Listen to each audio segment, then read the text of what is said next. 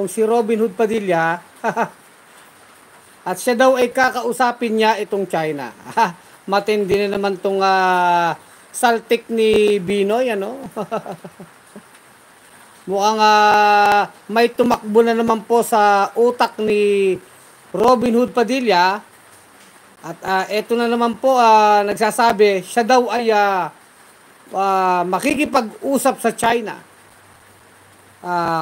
on his personal capacity. O, di ba? Sa kanyang sarili lang daw yon at hindi naman daw siya magko-commit dahil wala naman daw siyang i-commit, ano? Pero kakausapin daw po niya ang China. So yan, bibigyan natin ng reaksyon, ano? Ngayon, ano bang reaksyon nyo dito, mga kabunyog, mga kababayan? Ako pag nakikita ko tong si Robin Hood Padilla, ako'y nalulungkot. Ako'y napapaano na lang yung napapagano na lang tayo, no? Ano bang tawag doon? Tayo'y nalulungkot. Bakit po? Bakit tayo nagkaroon ng ganitong senador? Mga kabunyog, mga kababayan, ano? Alam nyo, sa marami kasing pagkakataon, hindi naman sa hinuhusgahan natin itong si Robin Hood Padilla sa kanyang pagiging artista, di ba? Hindi yun Hindi yun ang point. Pero nakita naman natin ang kanyang ginagawa dyan sa Senado. Mula po doon sa pagsusuklay ng kanyang bigote, yung paraan ng kanyang pagsasalita, hindi lang po yung paraan, yung laman ng kanyang salita, yung kanyang pagiging tuta-tuta ni Duterte, yung pag-aabogado niya kay Kibuloy, at marami pang mga alingas-ngas tungkol sa kung ano-anong issue na pag naririnig nyo si Robin Padilla, kayo'y mapapailing na lang. Ngayon, itong China, itong West Philippine Sea na problema natin, napaka-seryosong problema po nito Pero alam nyo, ang tingin ko, sa akin pong opinyon, at ewan ko, maaring sa opinion po ninyo, mga kababayan, sa aking sariling obserbasyon, hindi naman sa panghusga kay Robin Padilla. Pero para bagang itong sila Robin Padilla, lagi bang ginagawang parang eksenang pampelikula itong mga issue ng bayan. Parang akala nila, lalo itong si Robin, itong ating problema sa West Philippine Sea ay para bagang eksena sa pelikula na pwede siyang magbida-bida, magsasabi po ng kung ano-ano, mag-e-eksena, epal-epal, at yun masosolusyonan ang problema. Hindi po Mukhang si Robin Padilla, no? Ang tingin niya sa Senado ay isang malaking shooting. Shooting na parang may director, babasahin niya yung script, magpapabida siya sa kanyang mga sinasabi, at pagkatapos may director na magsasabing, cut! Di bida na siya. Yan po ang tulok. Alam niyo yung tulok sa Tagalog? Timang, tulok. Ano ba? So, hindi ko naman sinisisi si Robin Padilla kung siya'y artista. Kung siya'y artista, si Robin Padilla, na meron siyang sariling opinyon sa politika, sa issue ng bayan, wala tayong pakialam. Kasi, kung artista siya, artista siya. Pero siya'y senador. At sa kamalas-malasan, sa issue po ng China, wala akong narinig dito kay Robin Padilla na matinong statement. Kayo ba may narinig na? Yan nga po yung huling statement niya. Siya daw ay makikipag-usap sa China. Ang tanong dyan, di ba, gusto niya yan Sige.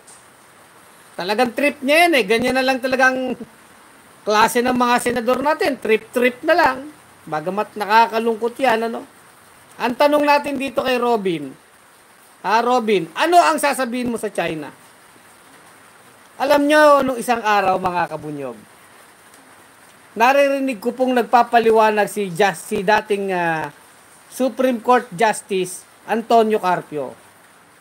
talagang ako natututo kay Justice Carpio tungkol dito sa West Philippine Sea sa maraming bagay. Sapagkat si Justice Carpio ay talagang dating hukom sa maestrado ng Korte Suprema. Meron po talagang malalim na kaalaman sa international law. May malalim na kaalaman dito sa geopolitics. May malalim na kaalaman sa diplomacy, sa mga legal parameters, technicalities, legal issues ng West Philippine Sea, ng soberanya ng Pilipinas, di ba? Na mga batas internasyonal. Yan, si Justice Carpio. Kung ganyan sana yung level, man lang, kahit siguro 1/4, kahit 1/8 na lang, 1/8 na lang, tumawad na tayo.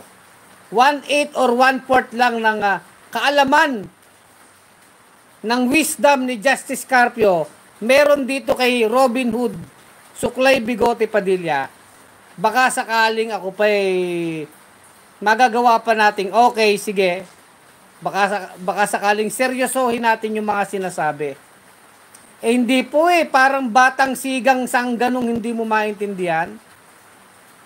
'Di ba? Na para bang eksenang pelikula na siya na ang bida, siya na ang bayani, heto na ang bida, eksena na makikipagsuntukan sa kanto, pupunta ng China. Tapos na ang kwento. Matindi kang Robin ka. Matindi kang Robin Hood Padilla ka.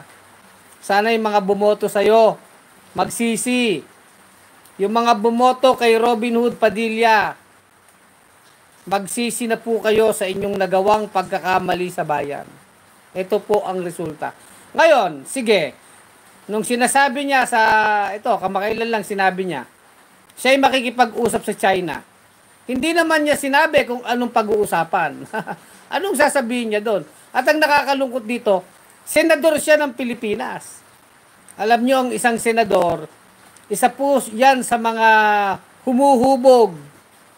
Isa yan sa gumagawa, nagbibigay ng direksyon sa ating mga polisiya, sa ekonomiya, sa ating mga foreign policies, dahil yan ay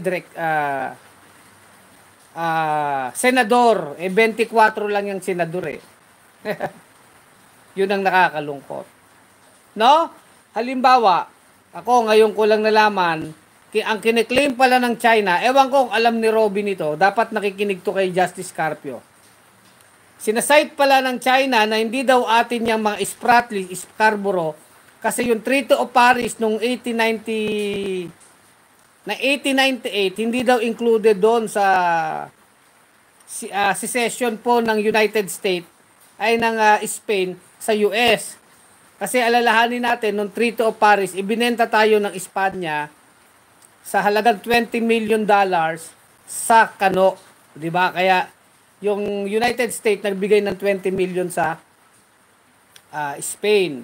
So hindi daw kasama dun sa mapa yung Scarborough tsaka Spratlys. Kaya sinasabi ng China, ayon sa Treaty of Paris, hindi natin talaga teritoryo ang Scarborough at Spratlys. Pero, ipiniliwanag ni Justice Carpio, yung palang Treaty of Paris, nagkaroon ng pangalawang pirmahan. Na-amend siya, binago, kasi sinama po yung mga isla na yan. Yun po yung Treaty of Washington. At nagbigay ng additional amount ang Amerika sa Spain, parang $215,000 something, di ba?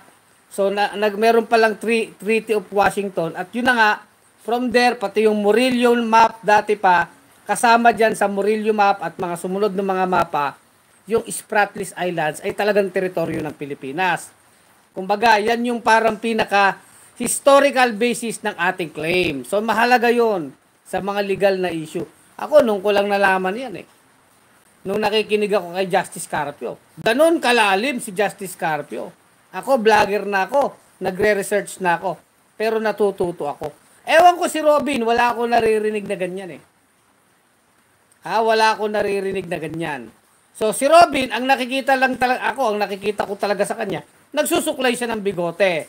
Gumaganong-ganon siya sa Senado, naka-jacket siya, yung suot niyang pang-action star, pabalbal, barubal o pabalang-balang ang kanyang pagsasalita sa Senado.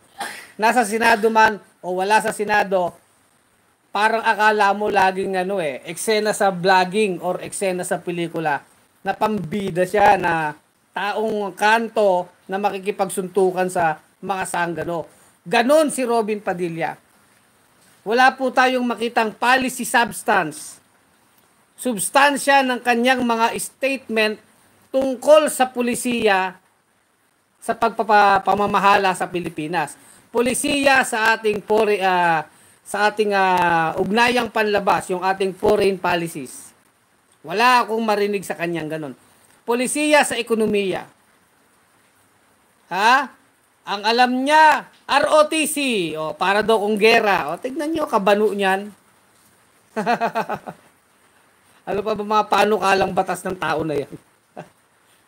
Yan, pinagtanggol si Kibuloy-Loy. Nag-ikot sa Senado para ipatigil ang warrant of arrest kay Kibuloy-Loy. Yan ang mga accomplishment ni Suklay Bigote, Robin Hood Padilla. Ngayon, ang sabi niya, makikipag-usap siya sa China. Anong basis mo, senador ka? Hindi ka ba nahihiya? Pulpul ka? On what capacity ka makikipag-usap sa China? Pagtatawanan lang po siya doon. Dalawang bagay. Pagtatawanan siya at siya'y uutuin ng uutuin. Kagaya nung ginawang pang-uuto. Sa bagay, utu-uto na tuta naman talaga tong si Duterte. Ganyan din ang pattern ni Robin. Kaya yung mga dotads, bilib na bilib Magaling daw yung Tatay Digong nila wala Naging tuta-tuta ng China, di ba? Pinalpak-palpak po itong ating foreign policy to the point na yung ating panalo sa UNCLOS, yung panalo natin sa arbitral ruling, hindi pinaglaban ng gobyerno ni Duterte. Hindi mo rin yan marinig kay Robin Padilla yung panalo natin sa arbitral ruling. So, ang lakas ng loob, sinasabi niya makikipag-usap siya. Ano ang sasabihin niya? Pangalawa, ano ang sasabihin niya? Ano ang level ng usapan? Sinong kakausapin niya? Anong magiging epekto? Ano yun? Ano yun? Parang kay Robin Padilla, pupunta ba siya ng China? Para siyang dadayo ng inuman? Lasingan? Parang ganun ang dating. Tapos pagkalasing na, yabangan na lang? Ganun po ba yun? Diba yan ang hindi ko maintindihan kay Robin Padilla. Kaya yan, pag nakikita yan ng China, ganyan siguro naisip ng China, talagang mahina yung ibang mga leader natin. Talagang i-exploit po ng China yan. Diba? Ngayon, ito nga, sabi niya, isa pa, kung pupunta siya ng China at makikipag-usap siya, ano ang pakinabang natin? Ano kaya ang sabi niya kasi wala naman daw siyang pwedeng i-commit doon, commitment. Wala ka palang pwedeng i-commit doon dahil hindi ka naman authorized. Kahit senador siya, hindi naman siya part ng diplomatic natin, ng diplomatic channel ng ating republika. Maliban na lang kung i-authorize siya ng gobyerno ni Marcos. Kagaya po nung halimbawa ginawa nung Pinoy administration, si Senator Trillanes, bagamat senador, inutusan mag-back channel talks, which is maraming na-accomplish yun. Yung stand-off po sa Scarborough. Tama? Pero itong kay Robin, ano ang pwede niyang sabihin sa China? Unang-una, talagang identified siya kay Duterte. Hindi naman kinokontra ni Robin Hood Padilla yung kanyang Tatay Digonyo di parang isang tuta na naman to na makikipag-usap doon. Anong sasabihin niya sa Chinese?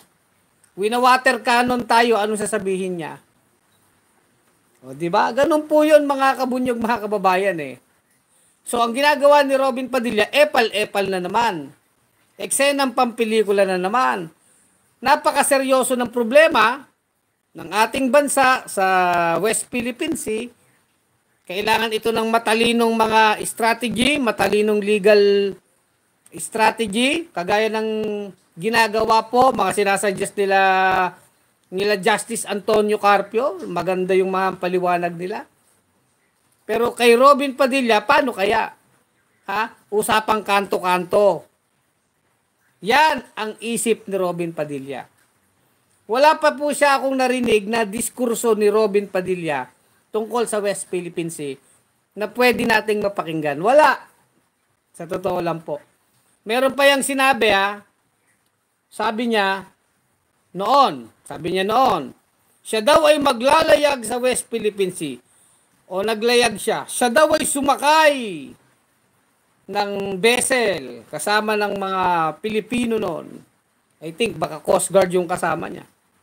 Siya daw ay nandoon naglalayag sa gitna ng dagat. Nagbablog daw siya. Nagbablog siya. At gagawin daw niya uli yun. Magbablog siya.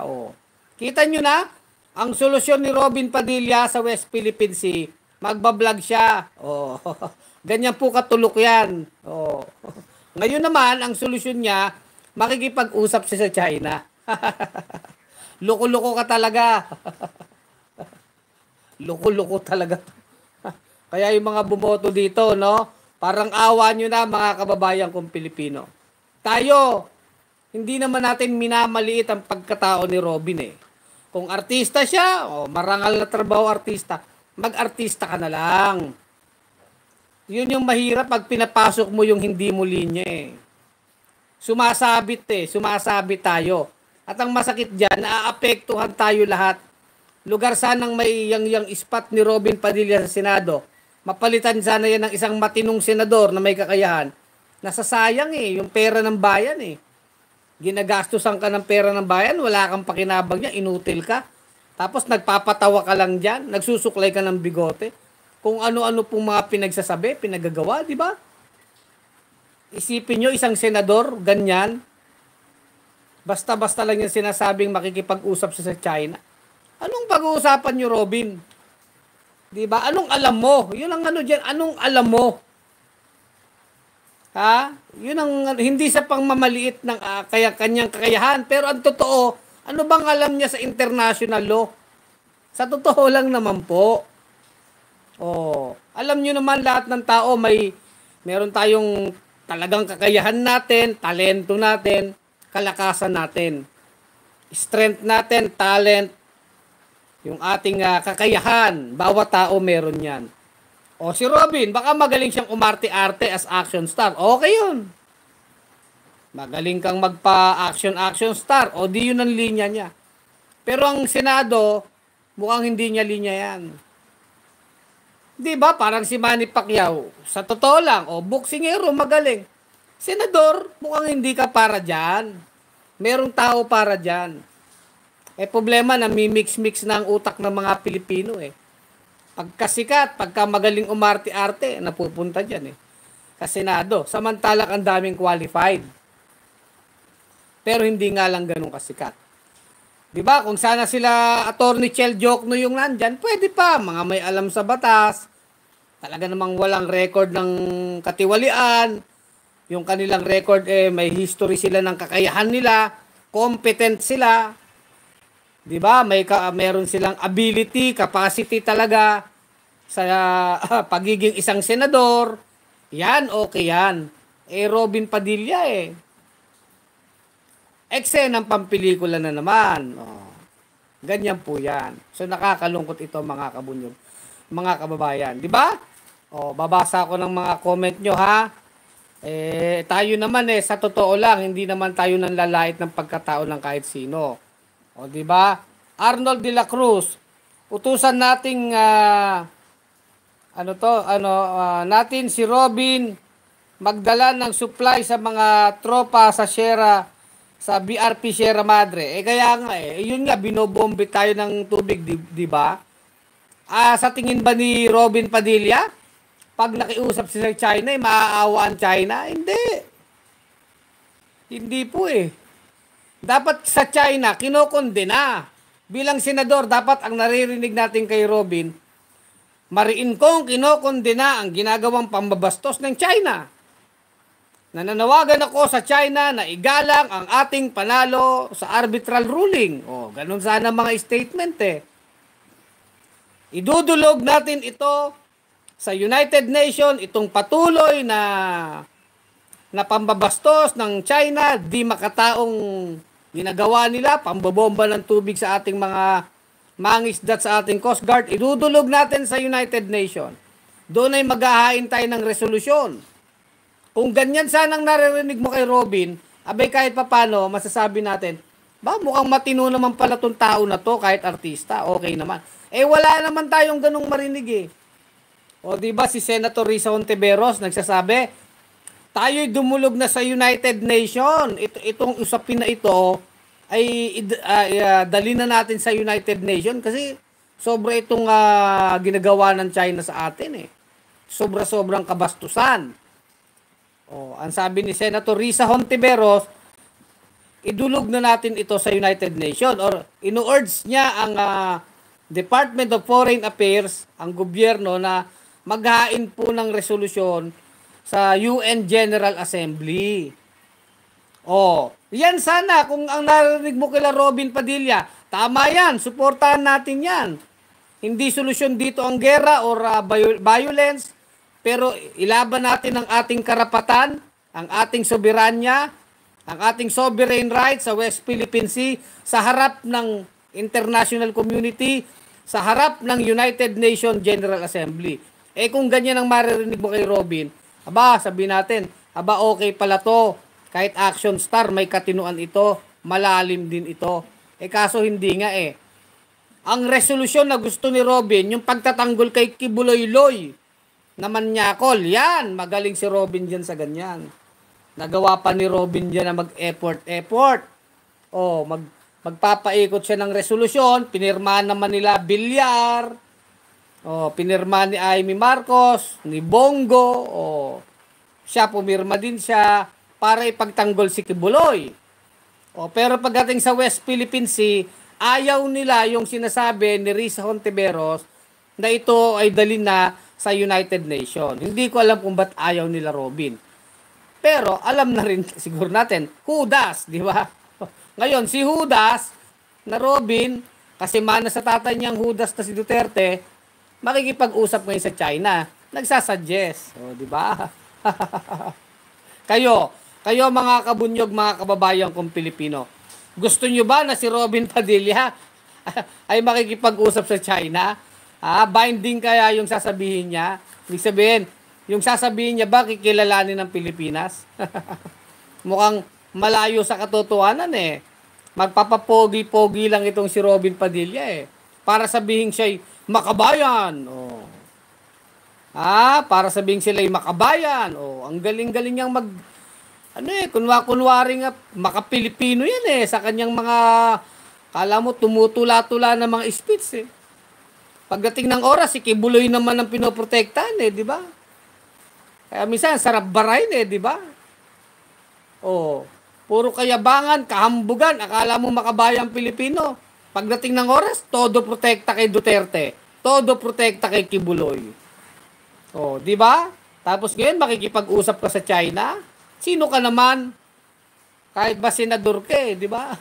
Kung bobo ka naman, di pagtatawanan ka lang, o kaya uutuin ka, o di pa iikot-ikutin lang si Robin doon. Ano bang ano niyan? Ewan ko lang sa mga advisor niya, pero tingin ko kahit may advisor, hindi naman nag-aaral eh. Wala tayong marinig na matino. Sa totoo lang po kayo, may narinig na ba kayong matino kay Robin Padilla sa issue ng West Philippine Sea? Wala pang narinig. Pakitaan nyo ako ng video niya na kung anong sinasabi niya. Oh, yung pagsusuklay ng bigote, alam ko, nagsusuklay siya. Tsaka yung ginawa niya kay Kibuloy, di ba? Kaya nga nalulungkot ako eh. Ngayon, nung napapanood ko si Justice Antonio Carpio, sabi ko, sayang. Ang galing nila Justice Carpio talaga, sabi ko. Talagang alam nila yung issue kung paano i-defense ang Pilipinas, yung ating claim sa West Philippine Sea. Talagang sinasabi ni Justice Carpio, yung sinabi ni Enrile, nila Estelito Mendoza, imagine na yun daw Scarborough Shoal ay hindi daw atin. No less than sila Enrile nagsabi niyan, mga Pilipino yan. Pero sinabi ni Justice Carpio, hindi, yung Treaty of Paris na ano pa yan, na-amend pa yan, nung Treaty of Washington, nung 1900s. 2 years after ng Treaty of Paris. Para ma-include sa mapa ng Pilipinas, yung Scarborough Shoal at Spratly Island. At nagbigay ng karagdagang pera bayad ang Amerika sa Spain. O, di ba? Kaya yun ay naging parte ng ating mapa. Samantalang ang China, ang unang claim nila dyan, 1947. Tayo, Treaty of Paris pa. 1800s tayo. 1898 to 1900. Sila, 1947 lang. So, ang ganda ng mga natututunan ko dito sa sinasabi ni Justice Carpio.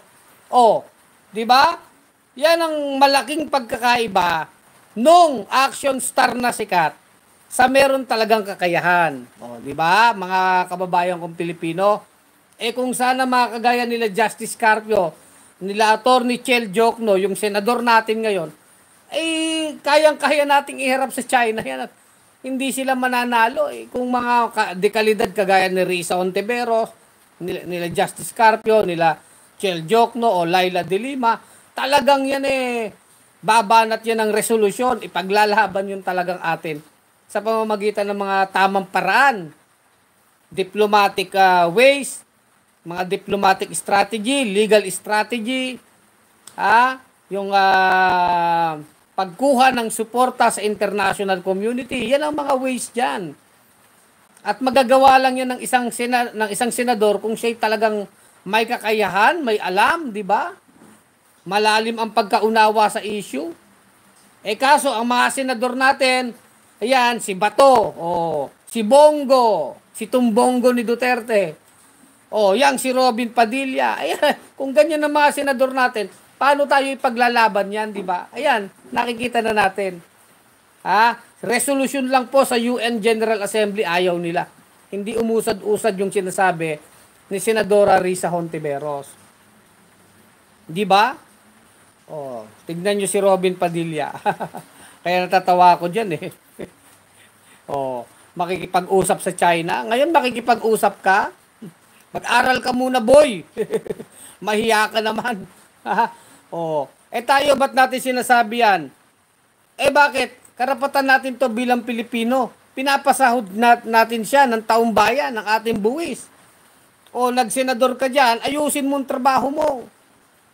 Ang problema, hindi naman niya maayos talaga kasi mismong siya hindi naman ayos Nakita nyo naman yung manner. Yan ang problema pagka naghahalo yung realidad sa ekspektasyon ng tao Reality versus expectation po yan. Kaya akala nyo, bida-bida sa pelikula, akala ng mga tao, pagdating sa Senado, bida-bida din. Hindi po yun Iba ang realidad. Ang realidad, ito mga totoong problema ng ating bansa. Yung polisiya sa ekonomiya, polisiya sa West Philippine Sea, mga mabibigat na issue na kailangan talagang pinag-iisipan. Ngayon, ganyan ang mga senador mo, Bongo, Bato, Robin Padilla, papasukan pa yata ni Willie Revillame, pati yung Philip Salvador na yan, tatakbo na din. Yan na yan. Para nang circus ang Senado. May Lito Lapid pa, Bong Revilla pa, Jingo, sige. Halo-halong kalamay na sila dyan. Di ba mga kabunyog, mga kababayan? Anyway, hanggang dito na lang ang ating vlog, mga kabunyog, mga kababayan. Kulex Soliman, ang malupit sa katotohanan, sa bunyog pagkakaisa, tuloy ang laban. Bunyog, bunyog, halikan na kasama ka. Bunyog, kapag buklod ay may pag-asa. Luzon, Visayas, Mindanao, isa ang pananaw. Sa bagong Pilipinas ang bunyog isisigaw.